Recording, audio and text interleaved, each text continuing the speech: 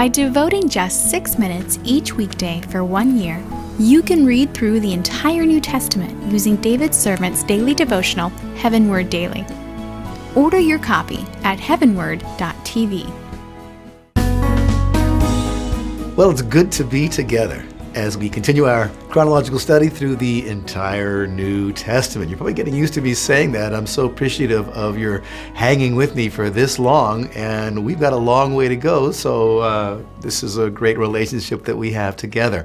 Can I just tell you right from the outset, if you agree with everything that I've said so far, as you've made it this far, all the way to Matthew chapter 12 with me over all these months, then that's a miracle on par with the virgin birth of Jesus Christ. Honestly, I don't expect you to agree with everything that I say, and I hope that we can be mature enough that if we disagree on some things, either minor or not so minor, that we can stay together and keep on studying the Word of God. And I always appreciate your feedback too. I just like to hear that you're watching. Send me an email. There's my email address right across your screen, and tell me that you're watching. And if you ever get blessed, that encouragement helps because I can't see you. You understand? I'm looking at cameras. All right. Are you still with me? We're going to take a look in Matthew chapter 12 once again. Kind of breaking in the middle of the story. It's very strategic that Matthew has strung two stories together about Jesus' confrontation, actually their confrontation with Jesus, the Pharisees, over some breaking of some of their laws. And we've got into that, and the whole deal of the disciples picking out some grain and eating it on the Sabbath day, and Jesus gives them some examples from the Old Testament where people did things that were not allowable as far as the letter of the law was concerned, but certainly allowable according to the spirit of the law. And God is a good God, and He has a reason for His commandments. And so if we understand the reason behind them, we'll do better in obeying them. All right. So there's one key phrase that we haven't gotten to yet, and it's in verse number 7. Okay, in Matthew chapter 12. Read with me. But if you had known what this means, quote, I desire compassion and not a sacrifice, end quote, you would not have condemned the innocent. Well, let's take it piece by piece. Who were the innocent that they were condemning? They were condemning these guys who were picking the grain on the Sabbath, okay? And Jesus is saying they're innocent, but you're finding fault with them. You're condemning them. But if you understood the understanding behind this saying, I desire compassion, not sacrifice, you wouldn't have done that. Now, where did that saying come from? It is a direct quotation from the Old Testament. It was from the prophet Hosea, 6th chapter. And you may remember when we were reading back in Matthew chapter 9, Jesus said the same thing one time when some people complained that He was eating with sinners and tax collectors. And He said, you don't know what the saying means. I desire compassion and not sacrifice, or you wouldn't be condemning me for this. And we went back into Hosea and just looked at it there because there's a second part of that verse that's interesting. I want to go back again, if you don't mind. To Hosea chapter 6, but I'm going to read 3 verses. The actual verse that Jesus quoted was the first part of verse 6 of Hosea 6. We're going to start in verse number 4 of Hosea 6, okay? God says, what shall I do with you, Ephraim? What shall I do with you, O Judah? So these are the dominant tribes of the southern and northern kingdoms of Israel after their split.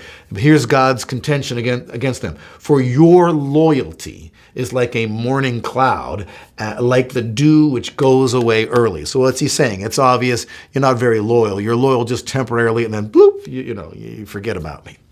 Therefore, He said in verse number 5, I have hewn them in pieces by the prophets, kind of a figurative way of saying I've whacked them with my word. In fact, He says that next phrase, I have slain them by the words of my mouth, and the judgments on you are like the light that goes forth. So, I've just been sending judgments trying to get you guys to wake up. Then He says in verse number 6, here's the overall beef, for I delight in loyalty. Now, in Matthew, what Jesus said was translated, I delight in compassion. I desire compassion. But I'm, again, reading from the New American Standard Bible, I delight in loyalty rather than sacrifice. And then here's that second phrase, and in the knowledge of God rather than burnt offerings. Okay, so the sacrifice in the first part of that verse is just very similar to the burnt offerings in the second part of that on a verse. That's what he's talking about. He's not talking about making a sacrifice for Jesus like we might talk about, oh, I really made a sacrifice. I denied myself, food to share with the poor, or something, which is a sacrifice, is a good thing. But that's not the kind of sacrifice Jesus is talking about, that God's talking about. He's talking about just the actual animal sacrifice. He desires something above that. In the Old Testament, I desire loyalty, translated into Greek and so forth. I desire compassion.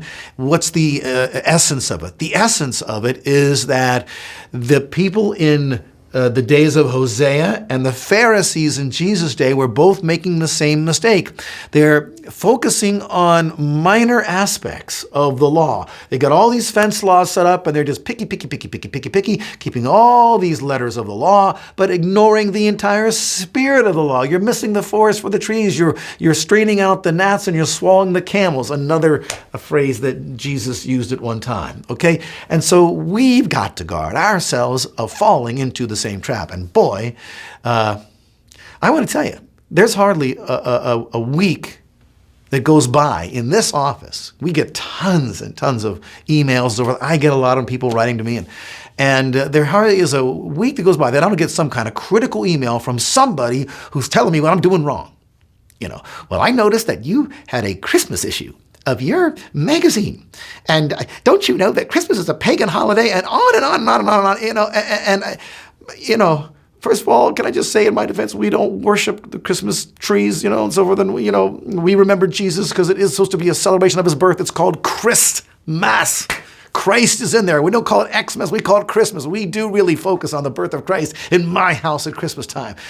But apart from all that, picky. You are focusing on these gracious, tiny little things, and people are actually calling down judgment on me. I got an email from a guy just this week, and he's telling me, no doubt the reason you're gone off in this new delusion is because God's turned you over because you're still keeping those pagan holidays.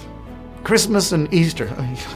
Oh, God, please have mercy on me, okay? There's much more important things. And I always want to write those people and ask them a question that I think would cause them to squirm. You know what that question is? Well, I'll see you next time.